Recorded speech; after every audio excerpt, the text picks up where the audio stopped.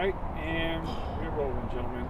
All right, can you first off by telling me your name and the spell it for me, please? Rodrigues Hayes, R-O-D-R-I-G-U-E-S, H-A-Y-E-S. All right, Mr. Hayes, what's your title here? I'm water maintenance supervisor. All right, Mr. Hayes, how long have you been working here as a water maintenance supervisor? Been with the city of Shreveport 20 and a half years. Are you from Shreveport originally? Yes, sir. So up until last February, what kind of memories had you have of snow events here in Shreveport? Rarely any. It's pretty often that it's not often that we do have winter storms as severe as last year. Yeah, if you could kind of sum up February last year in one sentence, what's really the first thing that pops into your head? Shoot, a lot of work and no sleep. A lot of work, no sleep. When did you realize coming into work, either that Monday morning or Tuesday morning, did you realize you're going to have a lot of work and little to no sleep? From the moment I got the phone call and pulling out of the driveway was kind of itchy. That was Monday morning? Yeah, Monday morning. Yes, sir. And what can you tell me, like, what does it entail? You're going out, you went to fix some of the bursted pipes. Yes, sir. Yeah, so tell me, what does that entail? Like, how does that work? You guys, Mr. Chisholm or your office gets a call. How does it all work to go and to fix it? Yes, sir. Normally it starts from the customers calling in, the citizens call into the dispatch, and they dispatch the calls out to myself and several other supervisors.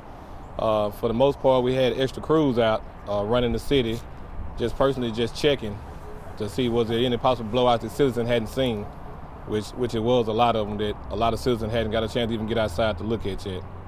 Yeah, and so you get to a scene. You guys, do you test the fire? How does it work when you get to a scene? Once you get to the scene, the first thing we have to do is we can isolate the water main to prevent damage.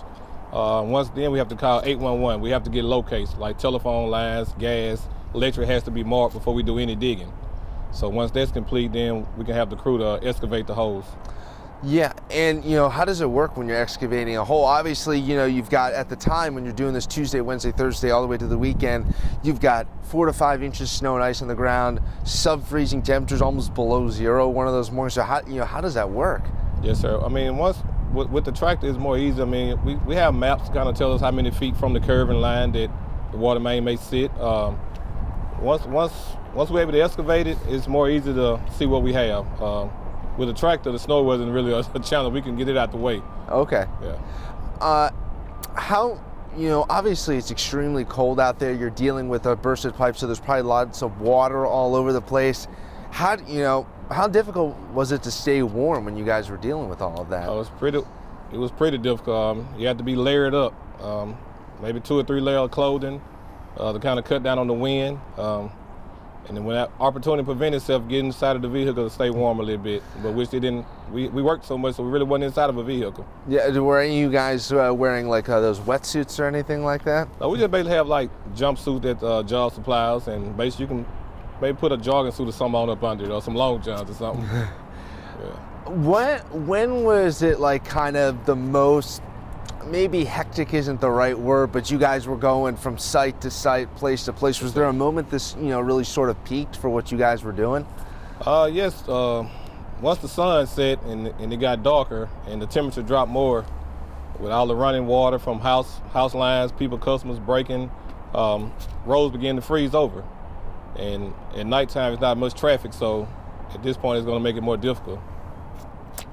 So was it the most difficult really was that, Monday night into Tuesday into Wednesday with the second storm, or later, or was it later in the week? Probably around Tuesday when it really got a little worse.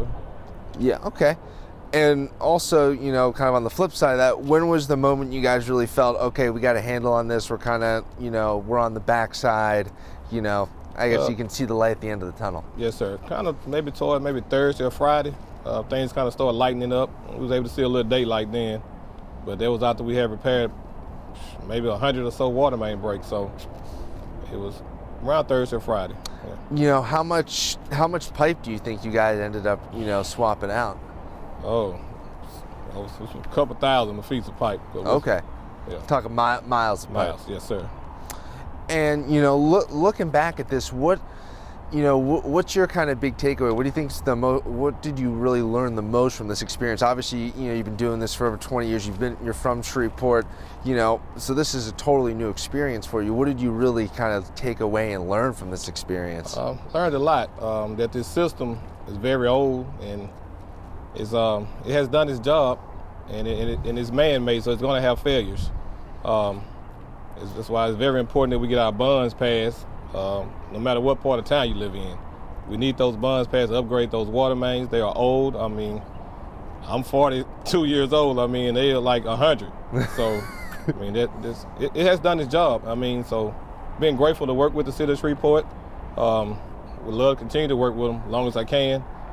But the water mains are very, very old, even with the sewer.